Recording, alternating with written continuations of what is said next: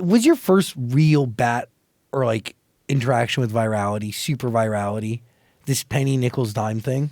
Yeah. So I watched it today for the first time, but everyone said it's been everywhere. yeah, it has been everywhere. So at the time that I was younger, starting, social media, posting those singing covers when I was 11, I just started branching off as I started gaining a following through those singing videos. I started branching off and trying to allow people to get to know Jenna for Jenna, because I think it's important as an artist or a creative to, make sure that you're authentic to your audience and not just this untouchable thing. And so I started branching off and starting my YouTube channel and starting people to get to know me. And I started working with a dress company, and that's where Penny Nickel Dime happened. So I was doing a photo shoot for this dress company. I'm wearing this dress. I'm outside with a bunch of other influencers and girls, and they were all younger than me at the time. I think I was like 13 or 14. You looked like a baby. I looked like a baby. When I was 13 or 14, I looked 11 or 12. Yeah. But that was beautiful for acting because it helped me audition for things that were a lot younger than myself. But I'd always been told that I looked younger. And so I always had just gotten along really well with kids, and really like littler kids. And most of them were my age, but some of them were like 8 and 9 and whatever. Besides the point. We were outside, and whenever a camera is like in my face, I've always just been drawn to just look right at it and speak to it, because I think that you're always, I don't know, like when a camera's there, I just look to it and you're always on and you're looking right into it, because I like to stare into the camera's soul. Something that I got when I was really young is like, why are you looking so intently into the camera?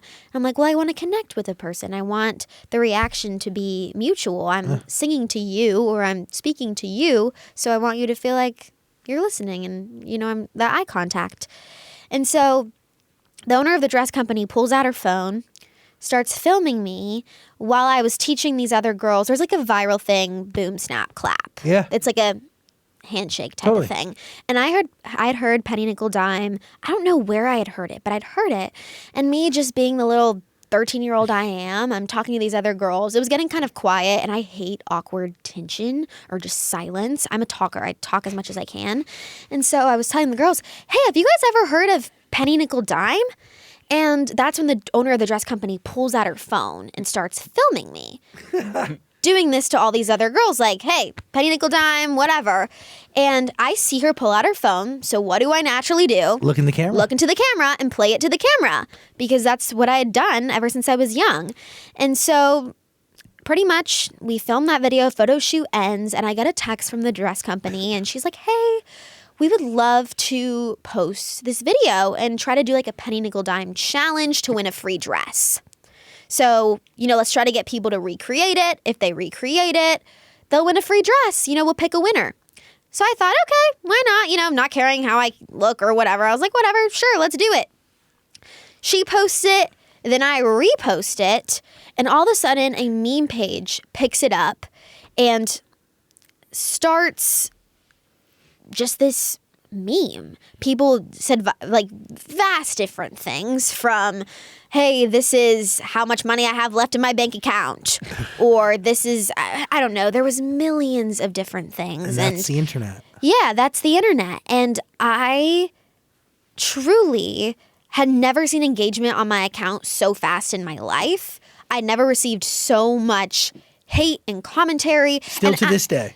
Not as much. It's calmed down. But still to this day, I will be in public and people go, oh, it's the Penny Nickel Dime girl. Isn't that crazy? Yeah, it's quite annoying now. I think I'm done with it now, because it's been 6 years where I'm like, can we drop this? Like, nobody wants to remember something. This was like my middle school. Yeah. I feel like everybody has something in middle school or in their early years where they're like, okay, I'm just going to forget that even happened. I would love to delete that from my life. Well, mine is undeletable. No, it's never going to go anywhere. It's like the most embarrassing moment that's undeletable from my history. What's so embarrassing about it? Like, why did people hate on it that much? I don't know. It was like combination. I don't even think people necessarily hated on it. They just like were just like when I was looking at the comments, it was just become this ubiquitous thing. Yes. That like became a part of like culture for the moment. Yes. And also the internet, what I've realized just being on it for so many years, once somebody says one comment, everybody else hops onto it and starts agreeing. We talk about that all the time. That's here. just what happens. And that's why I'm like, you can't take anything personally because that one person's probably sitting on their toilet writing that comment and then everybody else is, it's the same thing between like a leader and a follower. And that's what I always talk about in just this industry and just to my friends. It's like, you have to make sure that you're a leader and not a follower and making sure that you stand up for what you believe in and what you think and what your opinion is. And that's just like not what the internet is. The internet is simply just a bunch of people just hopping on to other people's opinions, even if they don't necessarily agree with it. At least what I've noticed. Do you find any peace in coming to that conclusion? Absolutely. It took me years to get there. But my mom also did not allow me to look at my comments for a really long time. During the meme, that meme happened. And then I was a whole other meme. There was a Drake meme where I sang In My Feelings. You guys remember that song? Kiki, do you love me? Yeah. So I sang that in my parking garage. Again, parking garage. And people took that video, put it up there, and then said that Drake commented, "You're in my feelings too." And then they like put him in jail in the meme, and it was this whole thing. And everybody came to my page because they were looking for Drake's comment that never even happened. His comment never happened, but this meme page said that it happened, so the internet believed that it happened. So everybody in my comment section was looking for Drake's comment. And that's what blew up my engagement. I think I gained 200,000 followers from those memes, which is crazy. And my engagement was through the roof. At that time, I wish I would have posted more, but because I was like, wow, my engagement was so great. But it was because everybody was just like coming from different avenues, whether it was Penny Nickel Dime or it was this Drake thing, and everybody was just coming all at once to just check out what was happening. And yeah, at that time, my mom didn't allow me to look at my comments because there was just so much of an influx that just came in out of nowhere where she thought that it's probably best if you don't see this. And I'm really glad that she did that. But I think throughout the years as you get older, you know, and now my mom's not helping me manage my account anymore. Like, she's obviously here if I need her, but a lot of the times it's me now.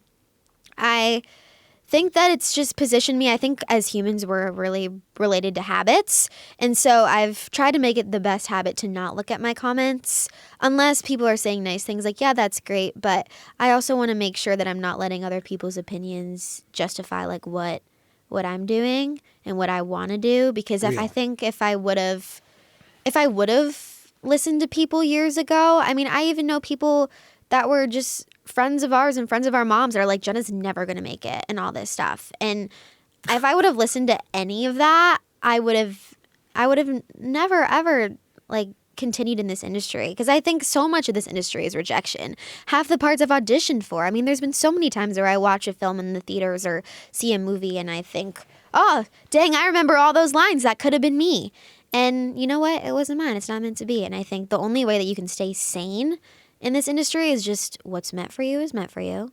And you just have to enjoy it and celebrate every little win. I think that's been my biggest thing this past year, is celebrating every little victory and win. Because even though everybody is always going to compare, like you're always going to compare yourself to other people and everyone's always going to have bigger things, you got to celebrate little wins because your little win might be somebody else's big win. Huge. And when I was younger, like being on this show today or even just, you know, being able to work in this career and not have to do anything else to support myself is a blessing in itself. But when you're in this career, it's so easy to be like, okay, I need to compare myself to every single other person right now that's doing more than me. And sometimes you just have to like reel it back and be like, okay, wow, like you're sitting here, you're working, you're able to do what you love and you don't have to do anything else.